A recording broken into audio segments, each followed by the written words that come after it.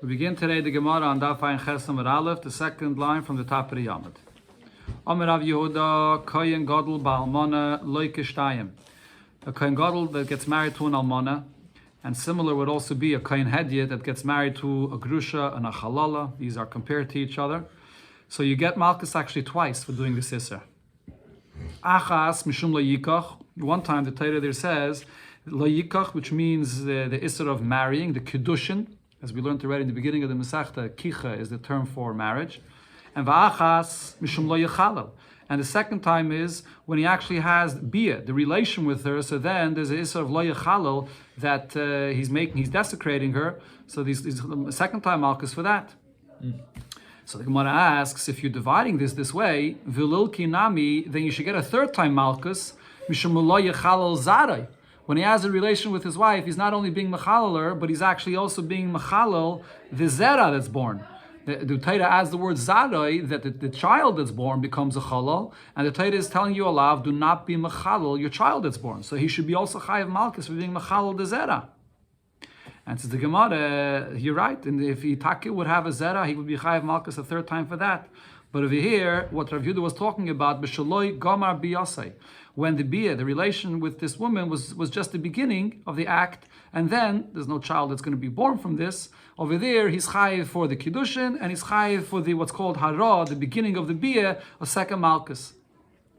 Masiv Rav asks on this halach of Rav Yehuda, the Mishnah says in Masechta Makis, almana o grusha, that for marrying an almana and a grusha, loike mishum shnei shemis, you get malchus. For two isurim, Kohen Gadol married an almana, which is also a grusha, you get twice malchus. So my love, don't you think, what does this mean? Shnei shemis, you get malchus twice, which is one for almana and one for grusha v'sulai, and not more than that. According to what Rav Yehuda said, you should be getting two for almana and two for grusha, because for each one, there's the lo yikach and the lo yechalel. So the Gemara answers, that's not the meaning of that Mishnah. Shnei shemis al zeh, shnei shemis al zeh. What that Mishnah means to say is that there are two general isurim here, which is the grusha and the chala, and the grusha and the almana. That's what that Mishnah meant. But for each one of them, you're going to get twice, one for lo yikach and one for lo yechala, as Rabbi Yehuda said. So now the Gemara explains the continuation of that Mishnah. Ihachi eimes when it says there further, grusha v'chalutza. A kohen that marries a woman that was a grusha, and then she was also a chalutza. She got later a chalitza from another man. Ein chayiv al achas. You only chayiv one time malchus, because as we'll see, a grusha is a ism in atayra for a kohen to marry. A chalutza is not a ism in atayra, so you only chayiv one. So here, this expression ein chayiv el achas sounds like it's saying literally that you only chayiv one time malchus. According to Rav Yehuda, for grusha alone, you should be chayiv malchus twice. One for the Kidushin, lo yikach, and one for the bia, lo yechalel. So here as well, the Gemara says, hachi ka'amar, ein chayiv ela al achas. You only chayiv on one of the two. Even if she's a grusha and a chalutza, you'll only be chayiv for the fact that she's a grusha. But lo yolam shnei shemis. Really, you're going to be chayiv twice, lo yikach and lo yechalel for the grusha. Now the Gemara asks on this, v'chalutza derabanan? Is it true that the isser of a kohen to marry a woman that received chalitza, is this only midrabanan? But Vatanya, we learned in the Braise, grusha, when the Torah says a kohen should marry a grusha, only a grusha. I would think that it's only a woman that was divorced. Chalutza minayin. How do I know that a woman that we got a chalitza, that she's also asked to marry a kohen? So the Braise says, Talmud loima, the pasuk, when it speaks about the isser of grusha, it says an extra letter there, it says ve'isha grusha. So from this I see that the vav, the extra vav, is saying that not only the grusha, but even a chalutza that's similar to a grusha is also asa to a kohen. So I see that there's a drash in the pasuk, it should be ism in atayra. So the Gemara answers, no, midrabanan. The isra of chalutza is only midrabanan, okra asmach balma. And the drasha that is learned out here from the word veisha is just an asmachta. The Chazal found a remez in the pasuk, but it's not really. It doesn't mean that it's ism in atayra. You have always in the Gemara, whenever the Gemara talks about the isra of a kohen marrying a grusha, it always brings together grusha and chalutza. But the emphasis is, as you see here, that chalutza is midrabanan and grusha is ism in atayra. Amar Abaye said, Kidesh loike, a kohen that's mekadesh, a woman that's also for him, the grusha and so on. So he gets malchus for the Kidushin. As we said before, la yikach. Baal. Then he has a relation with her loike. He gets malchus for that. Again, a second time malchus with the lo yachal, as Rav Yehuda said before. Kiddush, and he expels out. Kiddush loike mishum lo yikach, and Baal loike mishum lo yachal. So each one is separate. In other words, they're not dependent one on another. You can get malchus for one, even with for Kiddush separately and for the Baal separately. Rav Amar, that is, Rav says, Baal loike. If he was Mekadesher and he was Baal, he had a relation with her, then he'll get malchus twice, like Rav Yehuda said.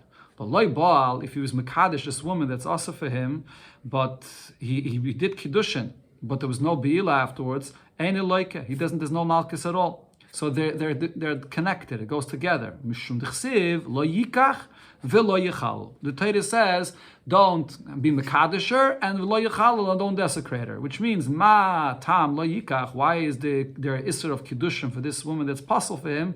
Mishum lo yichal, because he's going to be mechal. So only if he had a relation with her, then he's going to be over on both lavin of lo yikach v'lo yichal. But if it's just one, just the Kidushin itself, you're not going to be over. Right? Nothing. You're not going to get malchus for either one. This the Gemara says, Abaye will agree. So even though Abaye said before that when it comes over here to the Isser of a Kohen marrying this woman that's possible for him, so over here Abaye says that there's separately allowed for the Kidushin and separately for the Biyah to be boiler, but there's another kind of soul, not by a Kohen.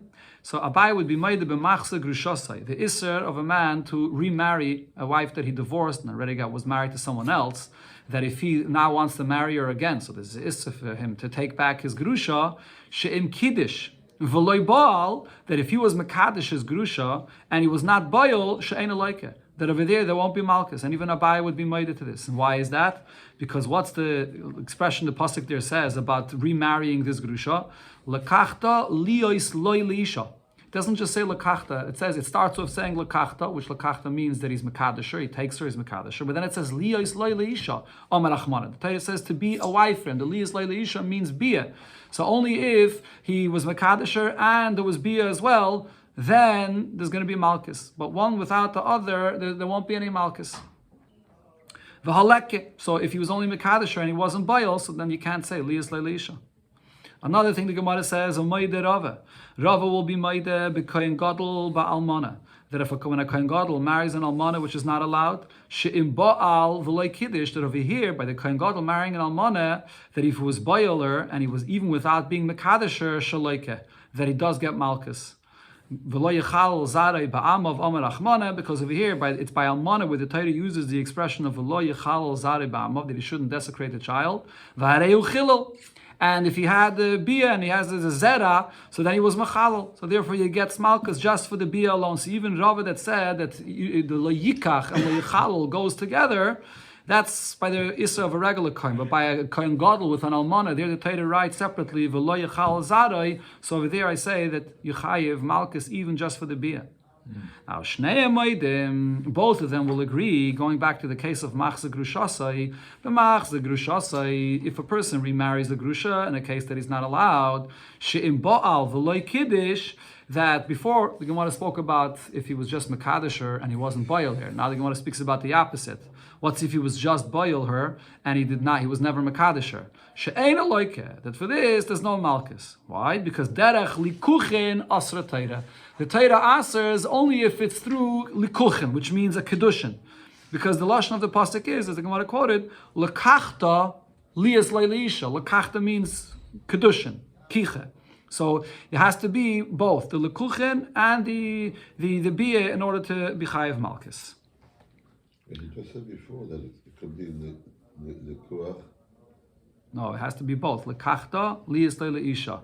Right over there, if it's kiddush v'loy baal ein aloike, and now the Gemara is saying the reverse, that if it's baal v'loy kiddush, it's also ein aloike, because the lashon of the pasuk is very clear. It's putting together both. It has to be, in order to be chayiv malchus for machzeh grushasai, it has to be both together. Kachta lias leisha, when it comes to the Isser of a Kayin marrying someone that's possible to him, over there the pasuk's not so clear. It says lo yikach, and then it says lo yechalol. It's not clear in the pasuk that these two are contingent on one another. So there's a machlokes of a Abaye and Rava if you need both to be chayav malchus, or you can separate them. But by machzik rushasai, the Torah clearly says lekachta liyas leisha. It has to be both the Kidushin and the biyah to be chayav malchus. Going back now to what it said in the Mishnah, and here there was a machlokes regarding marrying a child from a ger.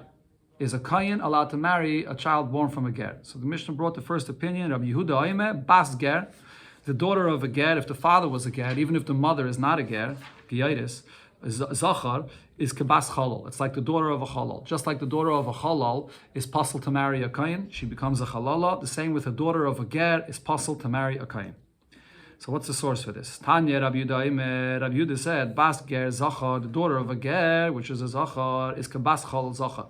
It's like the daughter of a chalal Zachar, which will be possible. And Vadin Noisen, we have the following Kal V'chayimit to prove this. You can learn out the Bas ger from the Bas chalal. Why? Ma chalal. If when it comes to a chalal, Shaba mitipak sheira. So this chalal, he himself is born from a tipak sheira. His parents are kosher yidden. Right, so let's say the mother was a grusha and the father was a kayin. The mother is a kosher yid and the father is a kosher yid. They got married to one another. They did an aveda by getting married to one another, and therefore the child that's born is a halal. But the parents are tipak sheira. They're kosher yidin. So b'toy psula, the daughter of this halal will be possible to marry a kayin.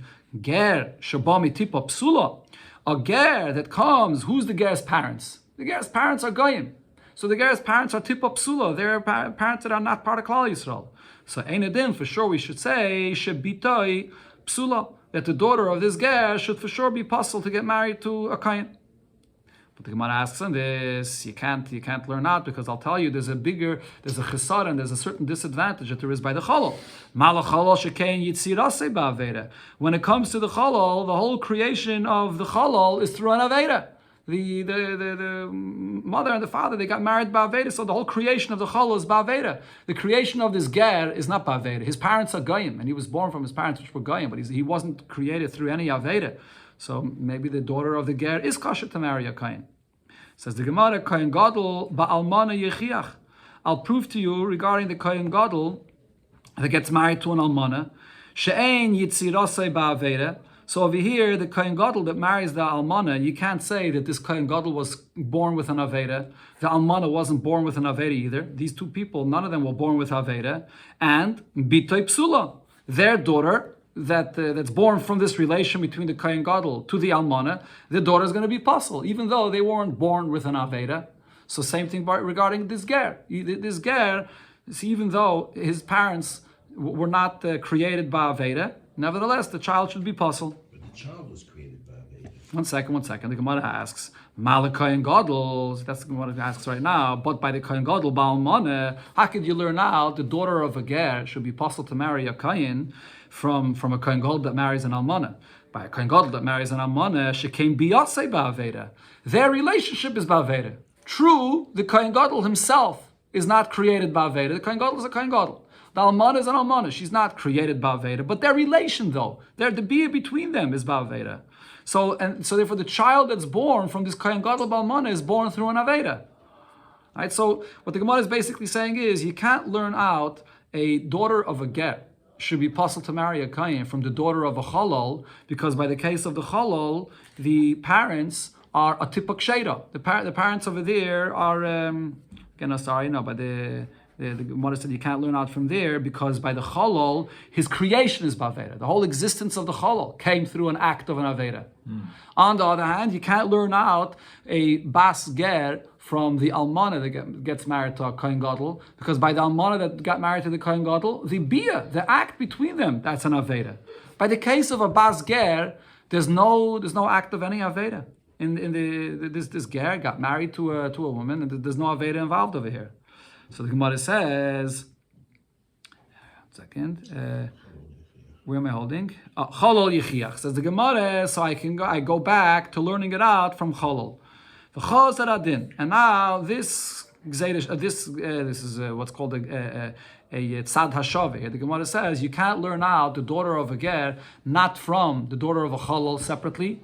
You can't learn out from the daughter of a kohen gadol that married an almana separately. Lo yirizeh kirizeh. And each one of them has a different chumrah that are not the same to one another. And therefore, what do we say? Hatzad hashavish behen. So when you see that the daughter of a kohen gadol that married an almana is pasul, and you see another din that the daughter that married the daughter from a chalal that is pasul, but each one of them has a certain chumrah which is not the same. But there is a common denominator between them. And what is that?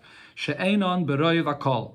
That this is a daughter that was born from parents that are different than most of the Yidden. How are they different than most of the Yidden? Either because the very creation of the parent is Baveda, or because the act of the Bia between the parents is Baveda. So therefore, this is a child that's born from parents which is different than most of Klal Yisrael. And the daughter that's born is going to be puzzled to marry the Kain. Afani obvious a ger, so too I can learn out from them regarding the daughter of a ger, that this daughter that was born from a ger is different than Reivakol. Why is she different than Reivakol? Because her grandparents are goyim. In that sense, she's different than most of Yidden. So therefore I should say the same thing, that her daughter is pasul. But the Gemara doesn't accept this limud, this tzad hashava, that is. Why not? The Gemara says, Ma'ala tzad hashava shebehen. You're trying to learn out of here from the daughter of a chalal and the daughter of a kohen gadol that married an almana. And you're trying to tell me that there's a common denominator, but there isn't. Because if you look at those two that you're learning out from, shekein yesh bem tzad aveda. You're learning out from a daughter of a chalal and the daughter of a kohen gadol that married an almana. Over there's an aveda involved in the birth of this child. Either the chalal was created through an aveda, or the act of the relation between the kohen gadol and an almana is an aveda. So over there's an aveda involved. By a daughter of a ger, what aveda is there by a daughter of a ger? By a daughter of a ger, there's no aveda involved. So how could you passel this daughter of a ger to a kohen if there's no aveda here? So the Gemara says, you're right, this is not the Gzeira Shava, we're going to have to say different. We're not learning out from the kohen gadol that marries an almana, because there's an aveda, and I can't compare to the ger where there's no aveda. Ella rather say mitzri rishon yechiach. We're going to learn out from a first generation mitzri that marries a first generation mitzris. And what do you see over there? A first generation mitzri that marries a first generation mitzris, and they're gadim. They're also gadim. But the child is born, which is a second generation mitzri, is possible to marry a kain. He's actually possible to marry into Klal Yisrael. Only the third generation mitzri is allowed to marry into Klal Yisrael. So from there we learn out also to a ger that the daughter of a ger should be possible to marry a kain. But the Gemara says, so here's how the tzad hashava goes. Ma mitzri rishayin. How could you learn out a daughter from a regular ger, from the daughter of a mitzri rishayin? By the mitzri rishayin, shekain ein roi lavi b'kol.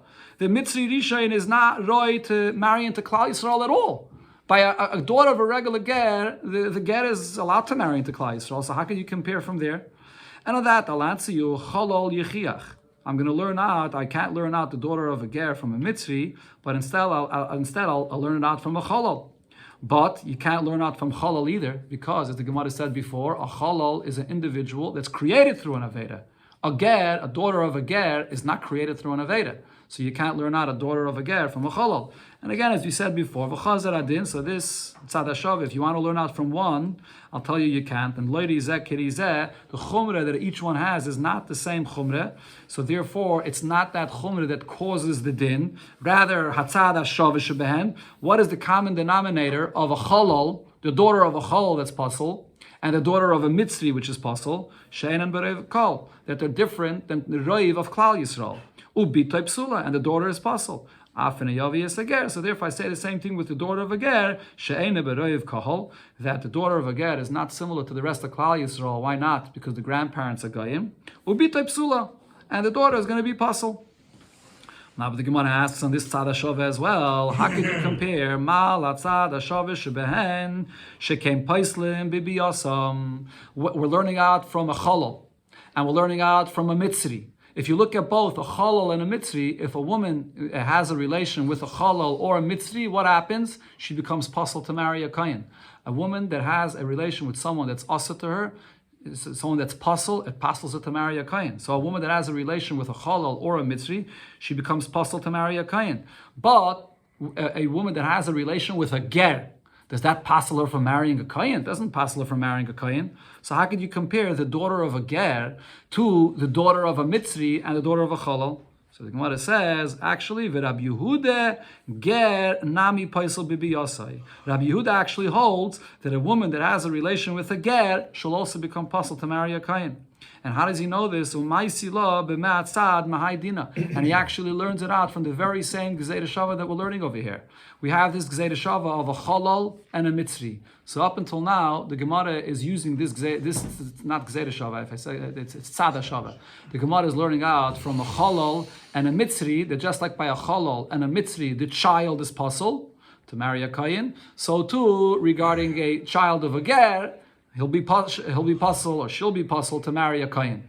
But now the Gemara is saying, according to Rabbi Yehuda, we use the very same tzad hashava to say that the woman that has a relation with a ger will be pasul. And we learn it out from the cholol and the mitzri as well. Just like a woman that has a relation with a cholol is pasul to marry a kohen, a woman that has a relation with a mitzri is pasul to marry a kohen. So too, the woman that has a relation with a ger is pasul then to go and marry a kohen. So therefore, according to Rabbi Yehuda, we have over here at Tzad HaShavah, this is the source to say that the daughter of a ger is pasul to marry a kohen.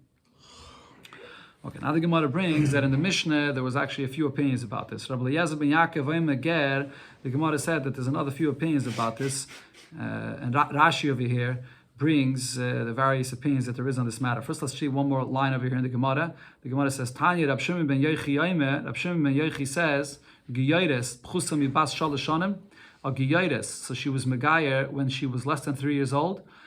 Ksheira lekohona, she'll be kosher to marry a kohen.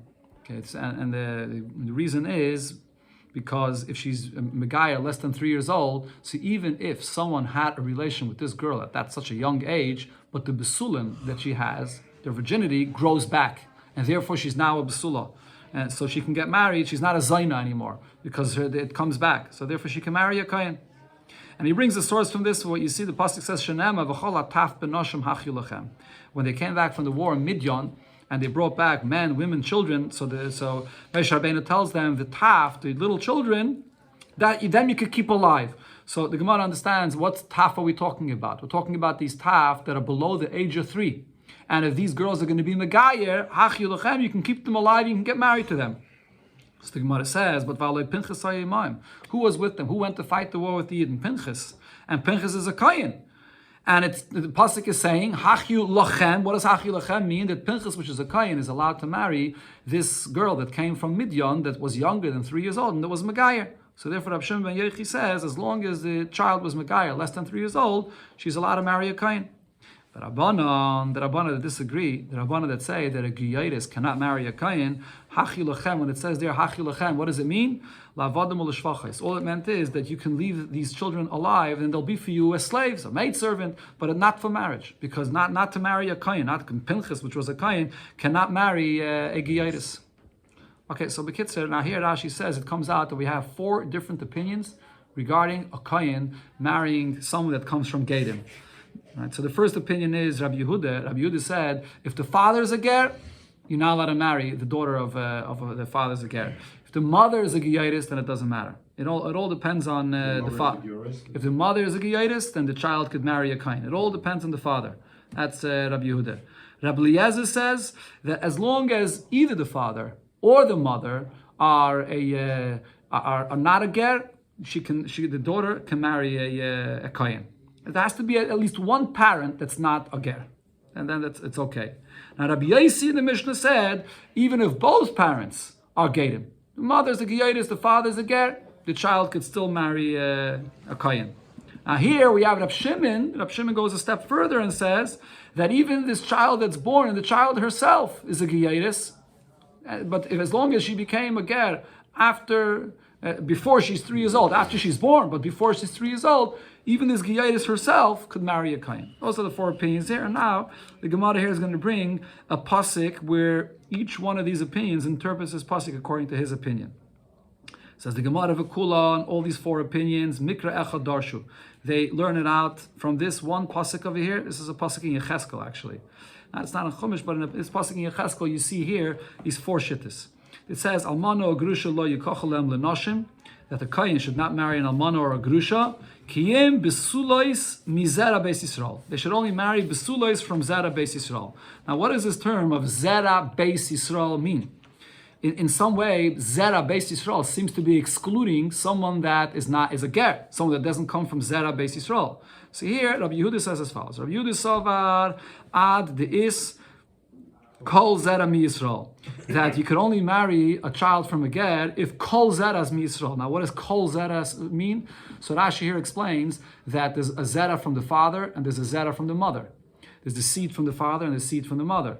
Kol zera Yisrael means the stronger source of the seed. The main seed comes from the father. So as long as the father, kol zera means that the father is a yid, so then the child is kosher to marry a kohen, even if the mother is a giyadis. That's the way Rabbi Yehuda understands the pasuk. Rabbi Eliezer. What does it say the word kol? That's how he darshans it. Mizera beis Yisrael. You're right. It doesn't say in the pasuk kol, but the word he means zera beis Yisrael means that it just says zera, it doesn't spell out, and we understand that it means the ikr zera. That's how Rashi puts it. The ikr of the zera, which is the father, that has to be a yid. Eliezer ben Yaakov says that it says mizera. He takadarshans. It says mizera. That means vafilu mikza zera. Any of the zera that this child comes from is from a yid, whether the father or even the mother. The mother's zera is less than the father, still the child will be kosher.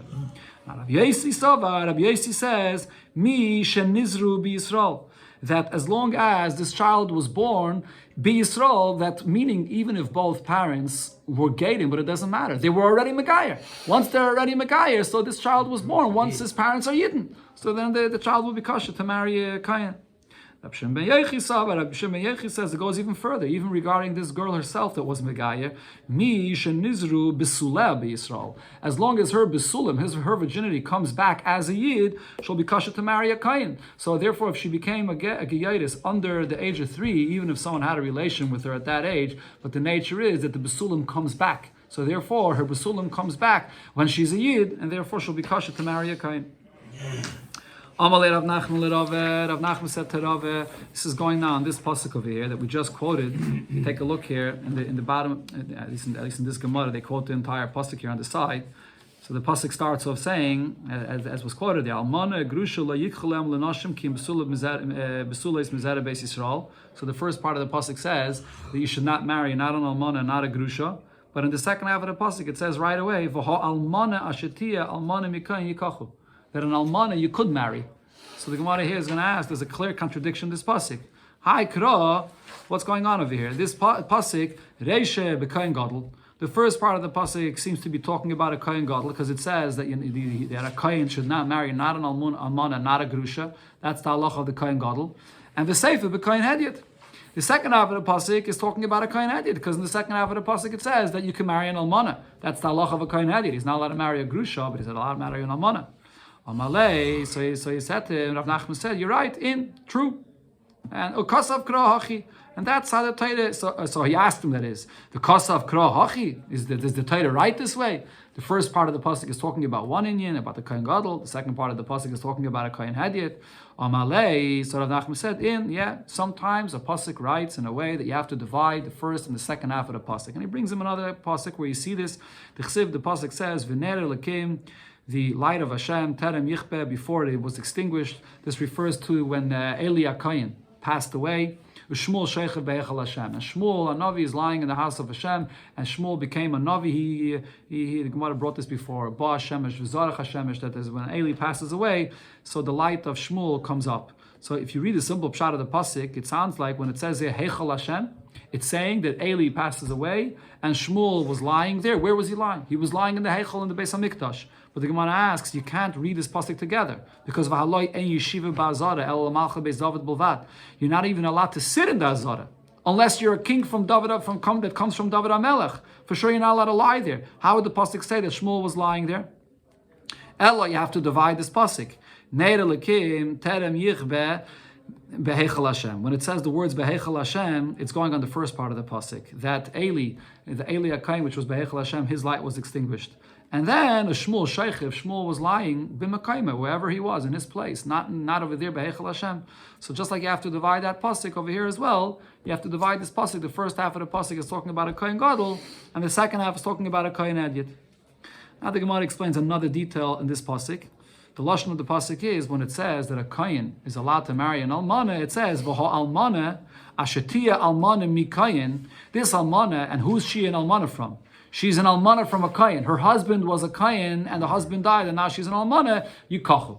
That's an almana that a kohen hadid could marry. So the Gemara asks on this: is that true? Mikayin in an almana that was married to a kohen, a kohen is allowed to marry mi Yisrael loy. An almana that was married to a Yisrael, a kohen hedi is not allowed to marry. It's not true. Any almana, a kohen hedi is allowed to marry. What's this pasuk saying here?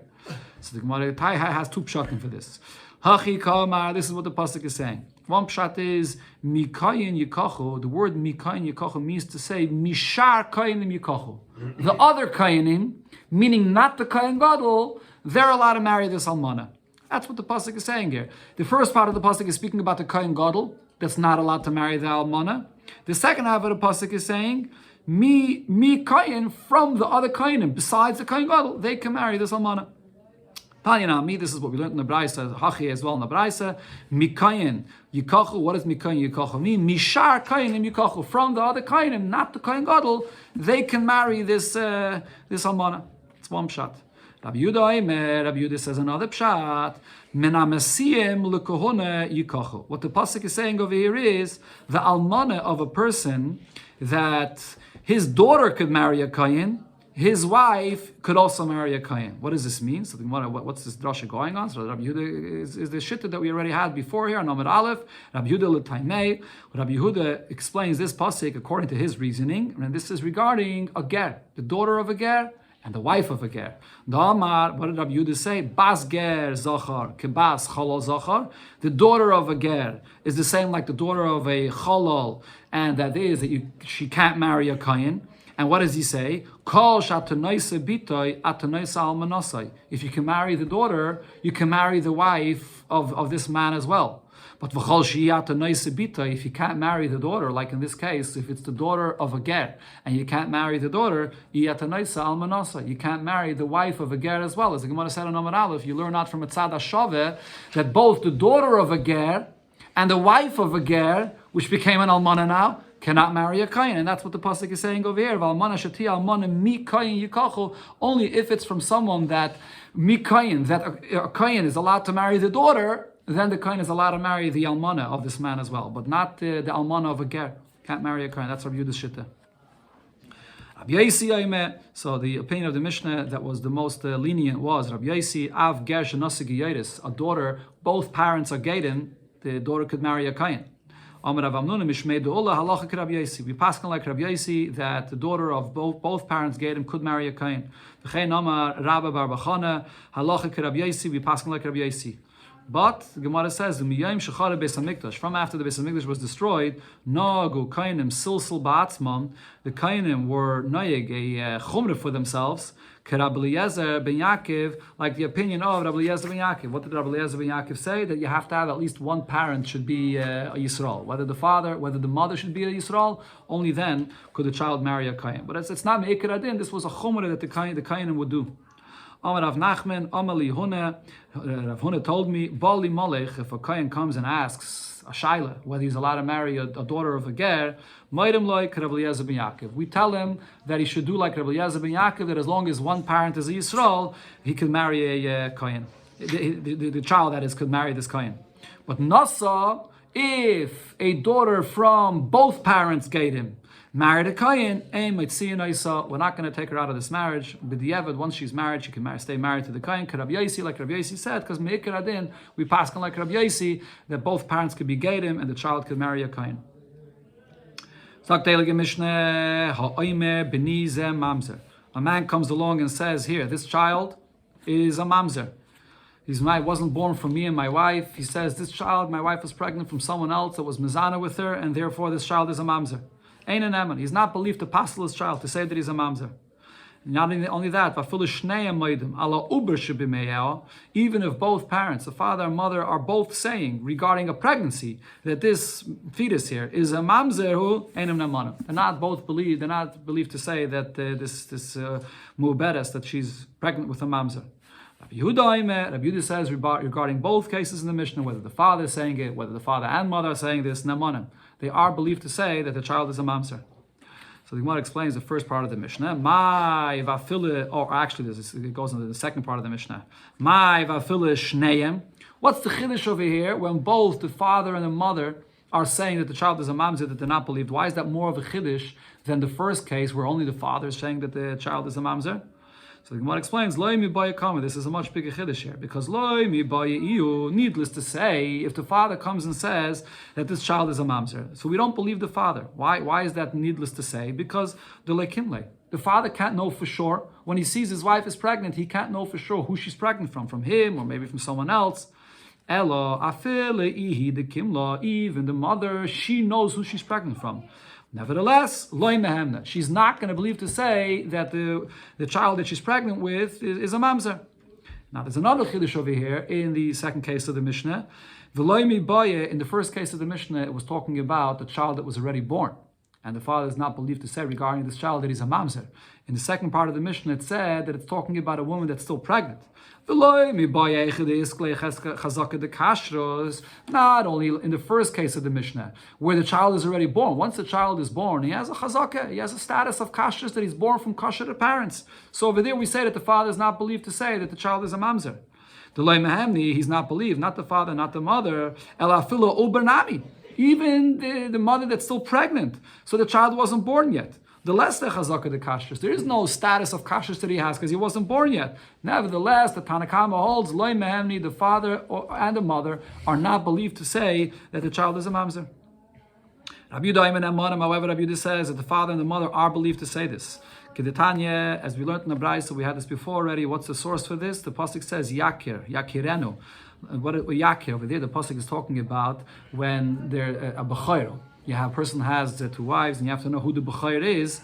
So it says there that b'chayr ben asnui yakir losas le pishnaim. What does yakir mean? That he recognizes yakirenu la'acheirim. The father is the one that could recognize all others, and he's the one that's believed to say that this is my child. That's a b'chayr. It's from here that Rabbi Yehuda learned out that neman adam loymar, a person is believed to say zeh b'ni b'chayr. This is my son, and he's a b'chayr. And Rabbi Yehuda goes further.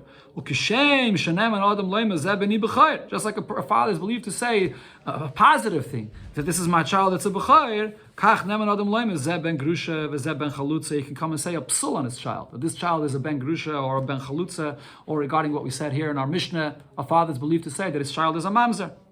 However, Chachamim disagree, like we learned in our Mishnah. The father is not believed. The father is believed to say that the child is a b'chayr, but the father is not believed to say regarding the child that the child is postal, that the child is a mamzer. Oh, Rav Nachman by Yitzchak l'Rave. So Rav Nachman by Yitzchak asks Rave on the Chachamim. Bish l'Imel Rabbi Yehuda. We understand according to Rabbi Yehuda. Hainu d'chsiv yakir. The pasuk has to say yakir, that the father is believed to say and recognize who his child is. Not only to say that he's a b'chayr, but also to say if he's kosher, if he's pasul. But according to the Rabbanan, yakir lo mali. Why is it Torah saying yakir? And as we'll see soon, the Gemara is going to point out that to say that the father is believed to say that his child is a b'chayr, that's not a chiddush. Seemingly, that's not a chiddush, as the Gemara is going to explain in a moment. So why does the Torah say yakir regarding the fact that the father is believed to say that the child is a b'chayr? So the Gemara explains. There is a case where you do need the father's testimony to say that this child is a b'chayr. And the Gemara explains, when is this? In what case do you have to rely, is the pasuk here saying a chiddush, that you have to rely on the father's testimony that his child is a b'chayr? Lasas le pishnayim, is it to say that he's a b'chayr? And what happens with a b'chayr? A b'chayr gets a double portion of the inheritance. But pshita, it's obvious that the father would be believed for this. The pasuk doesn't have to say this chiddush that we believe the father. Lama likra. Why do I need a pasuk? And why would it be obvious that the father is believed? So the Gemara explains, because migu dibaya meisvele matane milo yavile. So if the father decides that he wants to give this b'chayr a gift, that he should get a double portion of the inheritance without the inheritance, he could just give it to him as a gift. So if the whole belief of the father here is in relation to him getting a double portion of the inheritance, for sure the father should be believed, because it's in his hands to do this anyways. If he's not going to be believed, he'll just give it as a gift to this child. So this is a migu, that it's in his hands to do this, so for sure he should be believed. There's no chiddush in this. So why is the Torah saying yakir, that the father is believed? So the Gemara says, what the pasuk is saying is the fathers believed even for money, possessions that came to this father afterwards, after he says that this is my b'chayr. And at this point, this is not money or possessions that he has that he can give as a gift to the child. It's not here in the world. You can't give something that doesn't exist yet. So therefore, for this, the pasuk is saying that the father is believed to say that his child is a b'chayr, that he should get Yerusha even from something that he doesn't even have yet. The Gemara, no, but it gets it before he passes away. But the Gemara asks him this, Rav Meir the Omar. However, according to Rav Meir's opinion, what does Rav Meir say? Adam makne davar shaloi bal olam. A person has the ability to be makne, to give a gift, even something that's not here yet. So right now, today, the father is believed to not only give a gift for his son, for things that he has, he's even believed to give a gift, things that he's going to get later. So he could make a deal right now. This child is going to get a double portion from what I have now and from what I'm going to get later. So the father has that ability. What's the chiddush that he's believed to say that his child, this is my child, the b'chayr? He can, if he can do it anyways, for sure he's believed to say that the child is a b'chayr. Answers the Gemara.